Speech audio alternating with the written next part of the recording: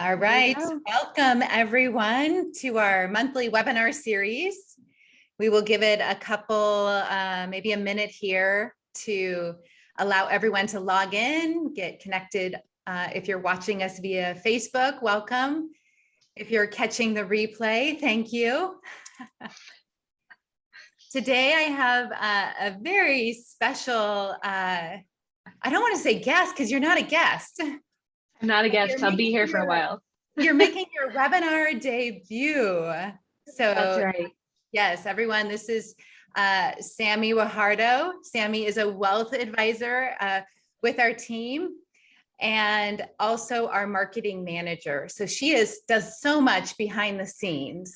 But welcome, Sammie. I'm excited to have you front and center today. I know, it's a change of pace. Usually I'm behind the scenes and just like answering comments and making sure everything runs smoothly operationally, but now I get to actually speak. So that's going to be fun.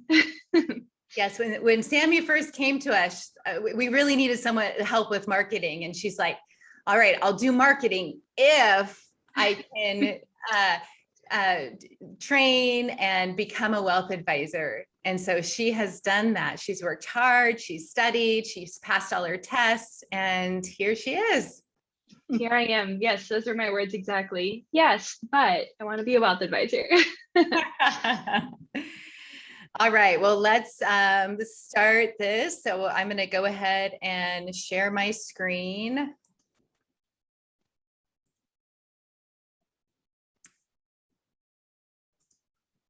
Looks good. All right. So today we're going to talk about family wealth conversations. And this is such an important topic as we have seen as people get older and going through all of life stages, priorities shift, the end of life, people start thinking about the end of life, and it's critical that things are discussed, that planning happens, and we really want to help families successfully transfer wealth to the next generation. So that is what we're going to talk about today. I found this pretty startling statistic. 70% of wealthy families lose their wealth by the second generation, meaning if you have kids and you leave money to your kids, they will spend it all 70% of the time. 90% of the time, by the third generation, it's gone. And why is this? I think there's a lot of reasons why, different situations. We're going to actually dive into those details and talk about that and hopefully provide some tools so that we can help you create generational wealth and create a legacy. Sometimes it's not really about the money, but it's that legacy of who you became in creating the money and the lessons that you want your children and your children's children or your favorite charitable foundation to have an endowment in your name, whatever the situation is. Planning ahead is key to successfully get that wealth to transfer over. So today we have not only clients joining us, but we also have some friends joining us. So I wanted to start by sharing a little bit about Financial Freedom Wealth Management Group. We were founded in 2000. We are a comprehensive wealth management and planning firm committed to helping our clients improve their long-term success and pursue financial freedom. Who we serve is retirees. Like a lot of what we do is helping people transition from the working world into retirement and then helping them throughout retirement. We also help with business owners and helping them get ready for that exit plan or that retirement, and how do the nuances of business owners, how do they successfully retire? And then also we help a lot of people that are in transition.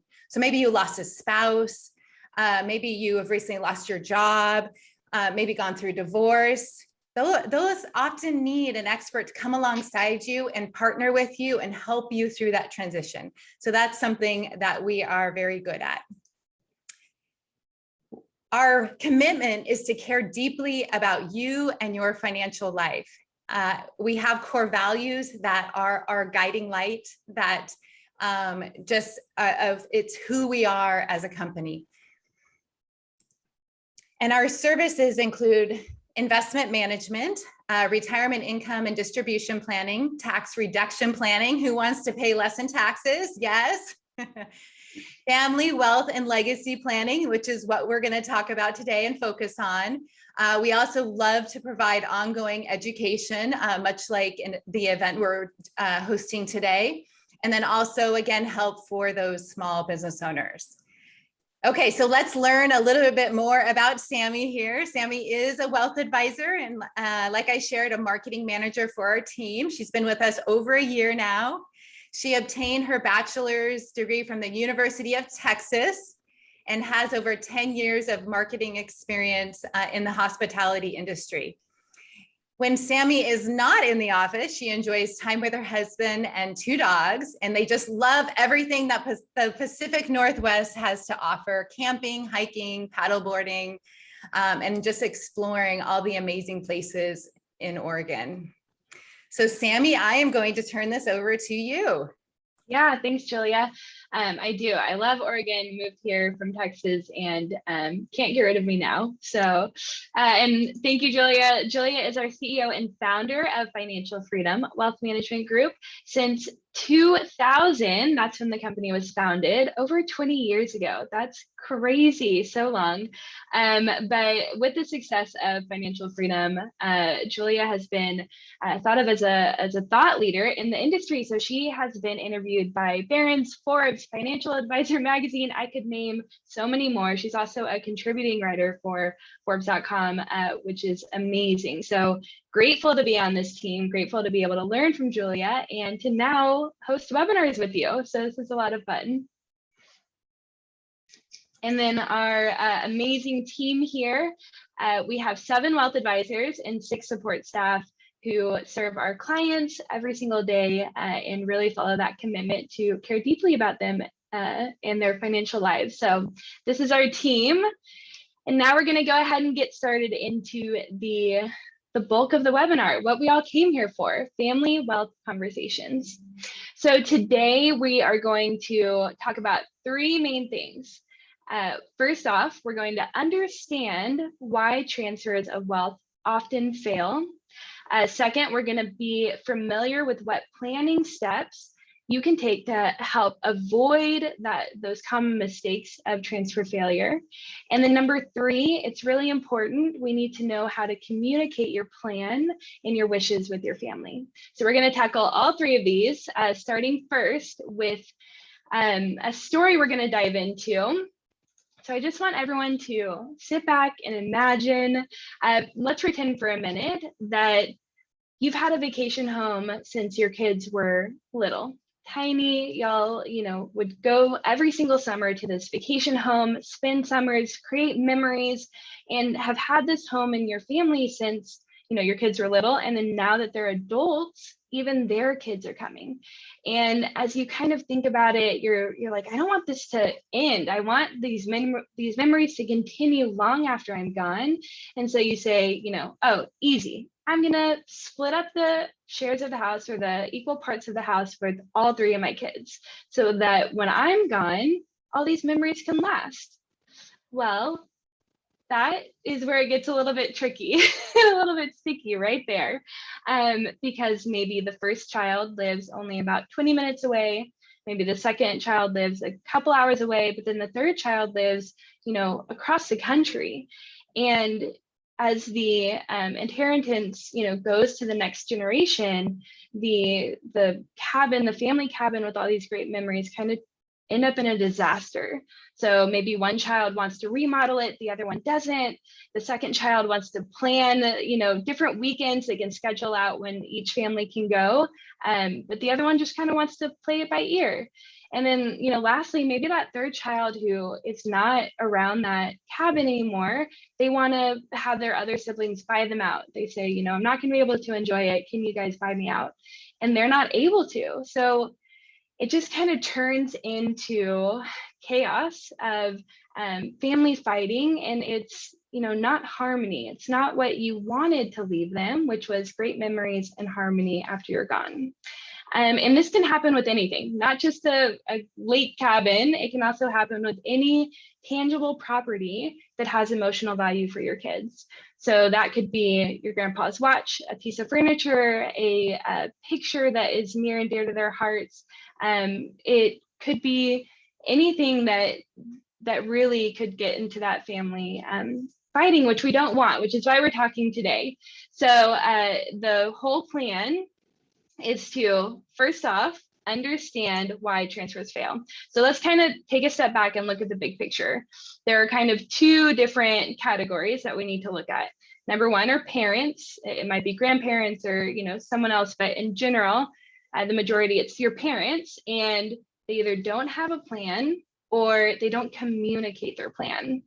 And then second is the heirs, and they either fight each other or fight the plan or don't get or accept advice. So those big picture is kind of what we're dealing with today of why and understanding why transfers might fail. So we're going to jump into some statistics here. I love statistics. So on this next slide, you'll see that this slide, basically, we're acknowledging the fact that adults would rather talk about many things with their children, including their wishes upon death, whether they want to be cremated or buried or flowers at their funeral, things like that, even personal health issues, politics, religion, all before money. Money is the second to last thing on the list. Adults don't want to talk to their kids about it. And I am wondering if we can see it in the comments, what you think. Why? Why do you think you don't want to talk to your kids about money? The survey gave us two big points. So I'm going to wait just a second, see if anyone comments on what they think is the top one and second thing of why people don't like to talk to their children about money. I'm thinking, yes, they don't know how. It's like, or they don't know maybe how the kids will react to it. Or I have a lot of clients that they don't want their kids to know that they have this amount of money. Yes, that is exactly right. The number one thing is greed. They don't want to see greed in their children. And then number two, just like you were saying, they're concerned about that their children won't strive as hard in life if they know how much they have or how much that, might be coming to them. So yeah, really interesting topic and kind of findings. So this next slide that we have, it has a lot of different numbers and graphs, but I'm going to walk you through it. So on the left side, it is asking in the survey, have families even talked to an investment professional or anyone about family wealth management? And 53% of people said no, they have not.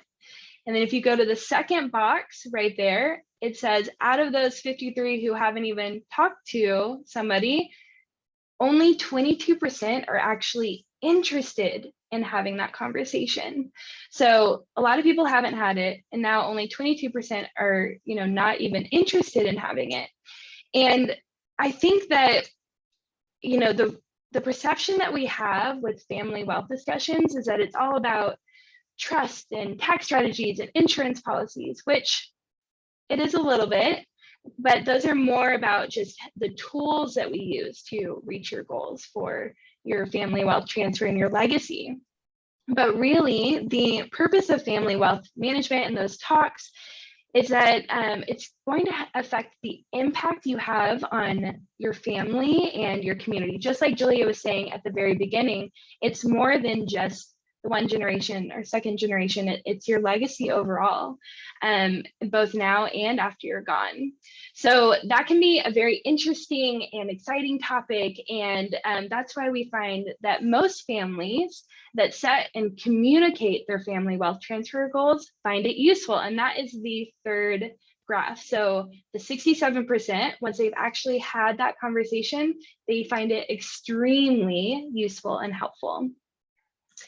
Now, this last slide, these last statistics, this one's really interesting, and Julia has a story to kind of tie it together. But On this left-hand side, the chart on the left illustrates what an investor will do with inheritance money. So once that money comes into the investor, once they've inherited it, 54% say that they are going to move it out of that original advisor or firm, and they're going to move it over to another firm. And then you can kind of see down the list there, but concentrating on that top number, the 54% on the right-hand side, it's why are they going to move it? And the number one answer is that they have another advisor relationship that they're happy with. Well, okay, you know, that seems maybe logical in the sense that like, oh, well, you have someone else. But there is something much bigger to kind of pull from that, a little bit deeper discussion that we kind of want to make you aware of. And I think, Julia, your story kind of illustrates it best of why it's not the best thing to maybe just move that money immediately. So I'd love for you to tell that. Okay. Yeah. Like I said in the beginning, it's not necessarily just about the money or the investments. It's about knowing the family story, having that relationship. I know that we have had relationships with clients for 20 years now. We know what's important to them. We know what their core values are. We know what their wishes are, and it may not be in writing anywhere. And so it's interesting that clients will have conversations with us that they won't have with their children. And then what we find is when they do pass away, they show up in our offices, and then we start having these conversations. And it's actually very rewarding to be able to know someone that we've helped over the years, and then to be able to share with them things that were important to their parents' lives that they didn't know about. And so this recently, I had a conversation with a beneficiary, and it's probably been, gosh, she was a teenager when she became a client. So 8 years, I want to say at least. And you know, the concern was she was having trouble getting pregnant, and she was coming to me and saying, hey, if I need to get IVF, it's going to be expensive and my insurance doesn't cover it. Like, what about using some of these funds? And my response overwhelmingly was absolutely, like, this is what that money was left for. This is something your dad would have wanted. And so to be able just to guide that next generation in the decisions that they are making with the previous generation's money is really powerful. You know, when I was getting prepared for this, I was thinking about the definition of wealth. Like, our company name is Financial Freedom Wealth Management Group, not just investments. Wealth encompasses, yes, your money, but the actual description or definition is an abundance of valuable possessions or money. And we get to decide what valuable possessions means to each and every one of us. And I guarantee you, it's not just money. It's all those things and those values that are important to that family that need to be passed down for that money to last. So there has to be that compelling reason of what was important to mom and dad, to grandma and grandpa, that is going to allow me to not take all the money out and go spend it, but to actually be responsible and be a good steward of the wealth that they're receiving in that inheritance. I heard an interesting statistics around when the people that win lottery are often bankrupt a year, 2 years later. And why is that? I think it's because they don't have the work, so much is learned in the process of creating wealth. And that's what you don't have when you instantaneous get money. And so unless you're educated and really intentional about doing what's right with the money, this money can be lost. And that's exactly what we see in statistics. Okay, so let's dive into a plan to avoid mistakes. So I love this concept of a family map. It's fun to actually write this out with clients. We actually sometimes do this on a whiteboard or a piece of paper. So I call it kind of a mind map, where you are in the center, and then everything, like, so if your parents are still alive, they are in on the map. If you have siblings, sometimes those are included. If you have entities, so if you're a business owner or have rental property, those are usually on the map as well. And then your children. Oftentimes we have mixed families that have children from previous marriages. So it's really critical that planning is put into place, because that I have seen go awry many times. So it's just nice to get it all out on one piece of paper. So that's a good place to start. Just start doodling your chart. If you work with us and want to have these wealth or family legacy conversations, we can do this and help facilitate that. The other important thing is special needs. If you have kids that have special needs, that needs to be captured. So this is kind of first layer. And then on top of that, you start looking at what are the needs? What happens if you die before your parents die? Who would be caring for them or overlooking their estate? So you want to look at it in a mixed marriage. How do you essentially get the assets to who they are intended for, especially if the assets are commingled at the second marriage? So I'll talk a little bit here on the next slide about some tools to do that. But the family map and kind of getting all of that out of your head onto paper is the first part. So one of the things Sammy shared was not having a plan. I just met with clients this morning, and they're in their 60s and they haven't done the estate planning. That's very common. None of us want to think about what happens when we die, and we all think we're going to live forever. So it's really important to put the planning process on the top of your to-do list and actually make it happen. So we have offices, all over, but close to our offices, we have relationships with attorneys that we trust and we recommend. So if you're looking for help, reach out to us. We'd be happy to connect you. Oftentimes that phone call is the hardest part, but that gets you into that accountability of making it happen. So some very basic documents that you need: a will.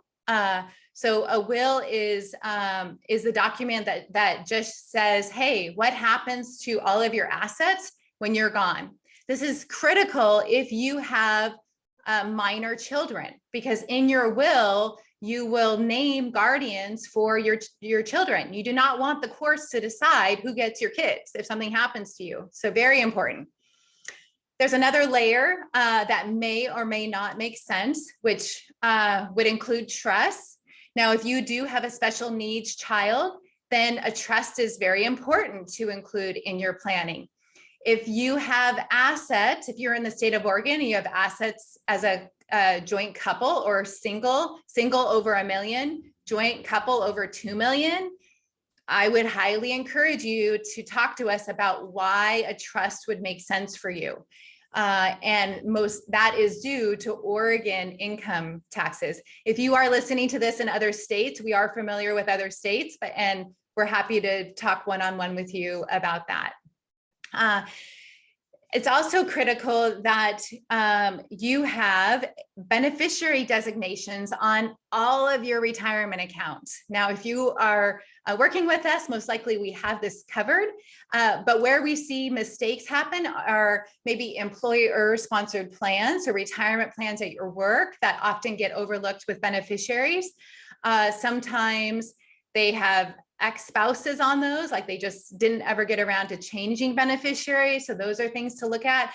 Insurance policies, old insurance policies, life insurance policies. This is where I see it overlooked all the time. They don't have a listed beneficiary. It goes to the estate.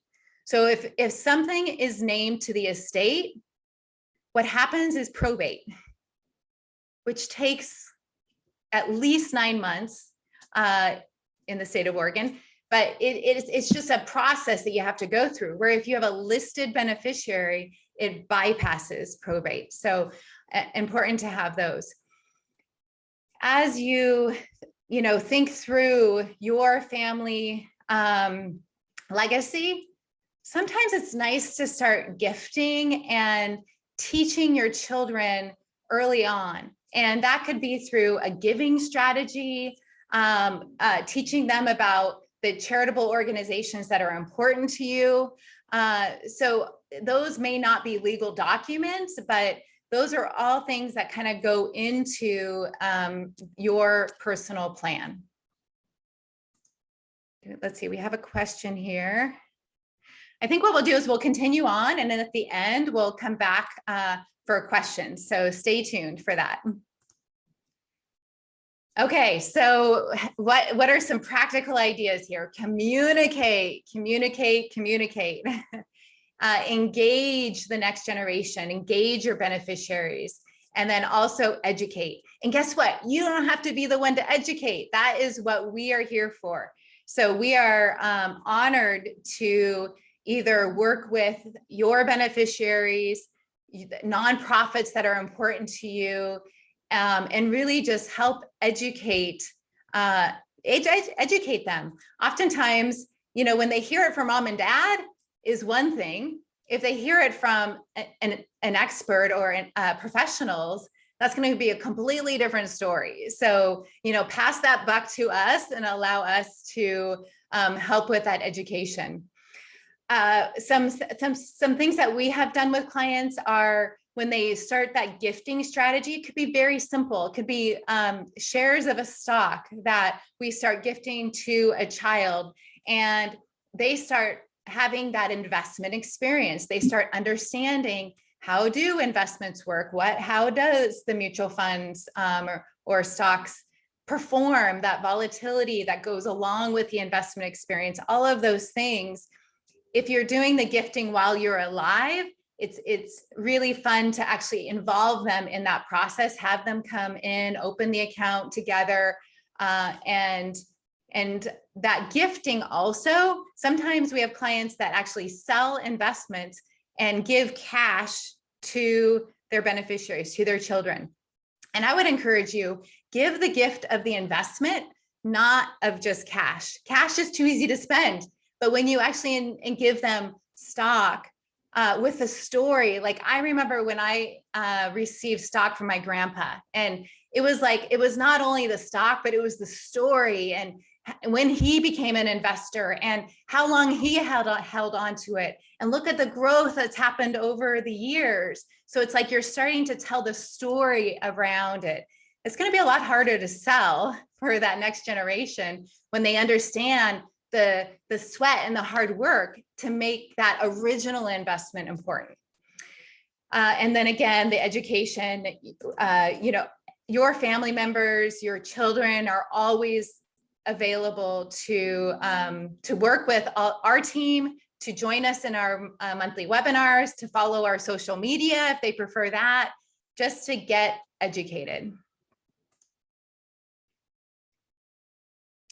All right, so a little bit more about an outline a giving plan. So again, a lot of us that have built wealth, we want to give back, and we have nonprofits that are passionate to us and really important to our legacy. And so that is a great way to connect with the next generation by getting them involved in the planning process, by introducing them to your nonprofit about the mission of why it's important to you. And that is, again, I think we get by giving. And when you're sharing that spirit with the next generation, I think it's just the the weight of these decisions are important to me, and what you do with the money is important. And so those are just some ideas there. It's also important, if you do want to plan to give money to a nonprofit, that you actually put it into the plan, not tell your kids, hey, I want some money to go to the nonprofit. Put it in the plan. And usually the best way to do a nonprofit distribution is through a pre-tax IRA, or an IRA that is going to be taxable when you take the money out. So not a Roth IRA that grows and is distributed tax-free, but the money that you pay taxes on when you take the money out. The reason why is that nonprofit will inherit that without paying taxes because they are a nonprofit, where your children will inherit that and pay taxes on it. So whether it's 5%, 10%, you decide, but putting that in the plan on paper it's non-negotiable. So that's what has to happen when you die. But also, your kids need to know about that. So, include them in these conversations. And it's helping them be accountable. It's helping them see your legacy, see who you are and what's important to you. Okay, so if you would like help either starting the conversation, allowing us to, maybe facilitate a family wealth conversation with your family. I know, I hate to say it, but summer is coming to an end and the holidays will be here before we know it. So oftentimes, if you're closer to our physical locations, or even a Zoom call, either way, any way would work. But if you wanted to have your beneficiaries, your family connected through a group meeting with a wealth advisor on our team, we would be happy and honored to do that. And guess what? You get to set the agenda. So whether it's just specific education, whether it's talking about long-term care choices, whether it's talking about what your beneficiary, like what your intentions are, all the different things that we've talked about today. A big one is the vacation home. The story that Sammy told is very real. So what we have found is if you want to keep that vacation home in the family, it's important that there is a vacation home account that helps funds that. That way all the siblings are not trying to figure out how to fund it and all of that. So we can help you, establish an account, get all of that set up. So if you're interested in that, or if you are brand new to us and you want to just meet with a wealth advisor, talk about what we discussed here today, text the word legacy to 458-777-4458. And that will prompt you to schedule that session and just start the process. The hardest part is to start. But if you start, then we will follow up and help you make this happen. It's important. You've worked really hard. You've built your nest egg, your estate, and we want it to be passed on and create that legacy for generations to come. Okay, I have to show these slides for disclosure purposes. So our broker dealer is LPL. If you have accounts with us, your statements come from LPL. That is where the assets are custodianed. They are a great partner to us. You can read all the details there. And lastly, so if we're going to get ready for questions and answers, so please put those in the chat and then, or the Q&A, and then we will make sure to answer all of those questions in the next couple minutes here. Okay, so I'm going to stop my screen share. Okay, yeah, it looks like we have one in the chat. It says, I'm in my late 50s and have significant assets. My adult kids don't want to know about my finances and say I'm way too young to start talking about legacy planning. Is it too soon? If not, how can I encourage them to be open to the discussion?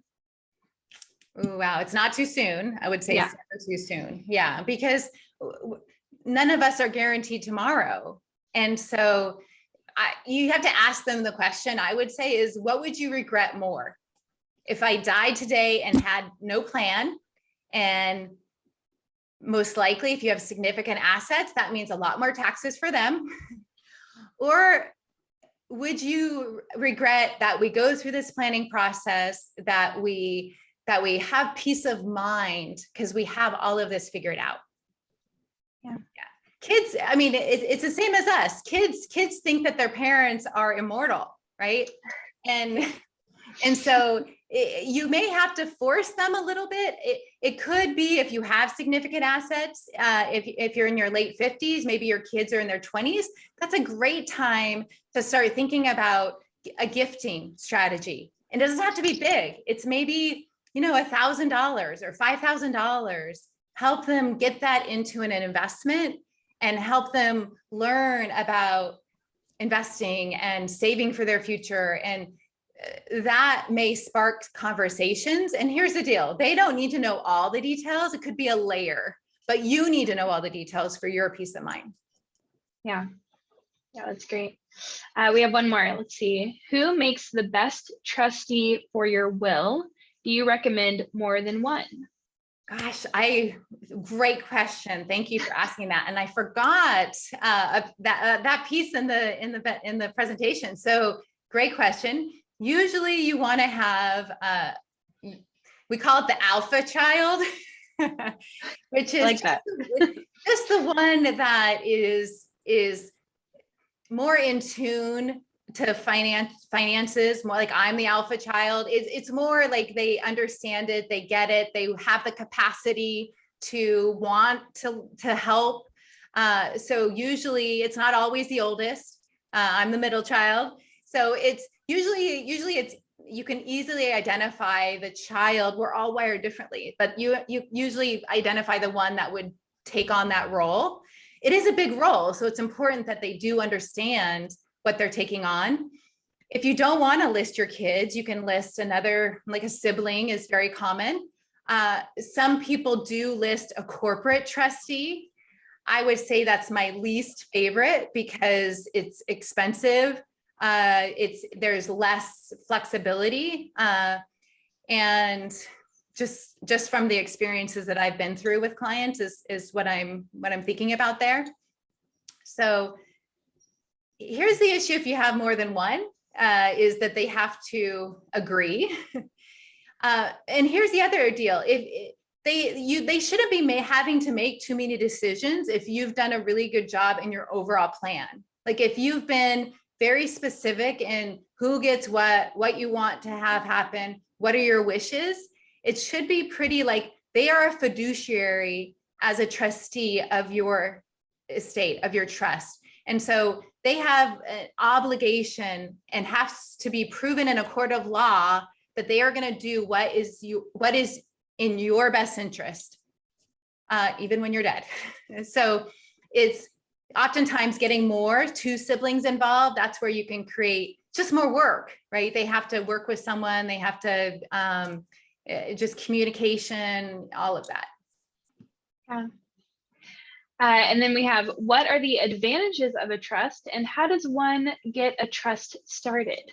Yeah.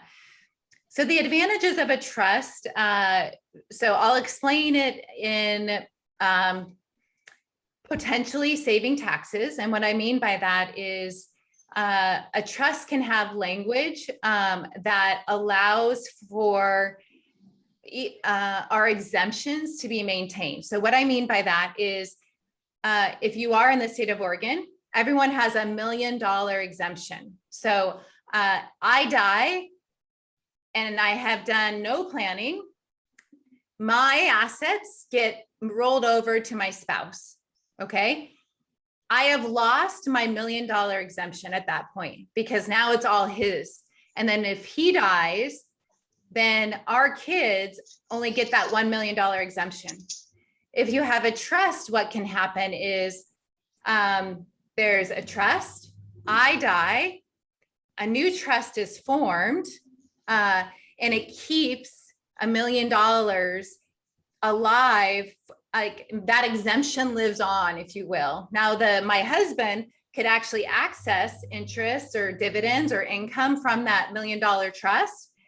But when he dies, he gets $1 million and the kids get $1 million at that point. So we each maintain the $1 million, which in Oregon, if you have an estate over $3 million, that could be $100,000 in savings on taxes. So it's a lot of money saved in taxes later for a couple $1,000s to set this up now. So to set up a trust, you have to work with an attorney in your state, and they will help you establish the trust. If you are working with us, if you're our clients, please have a conversation with us first to make sure that we feel a trust would be appropriate.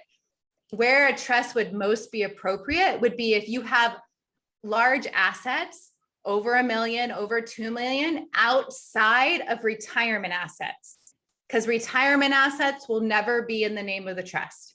Okay. You don't want it to be in the name of the trust. It's just outside. So you are a good candidate for a trust if you have probably 2 million plus in assets outside of retirement accounts. Is that clear? Yeah, it is to me. If not, ask yeah. And then we have a question. Are you talking about a trustee or an executor? Okay, so the difference is a trustee is the trustee of the trust. So if you do establish a trust, it's the trustee. If you don't have a trust, the will dictate who your executor is. So if there were any assets outside of your trust, if you had one, then your executor, you would have an executor and you would have a trustee. But what was I talking about?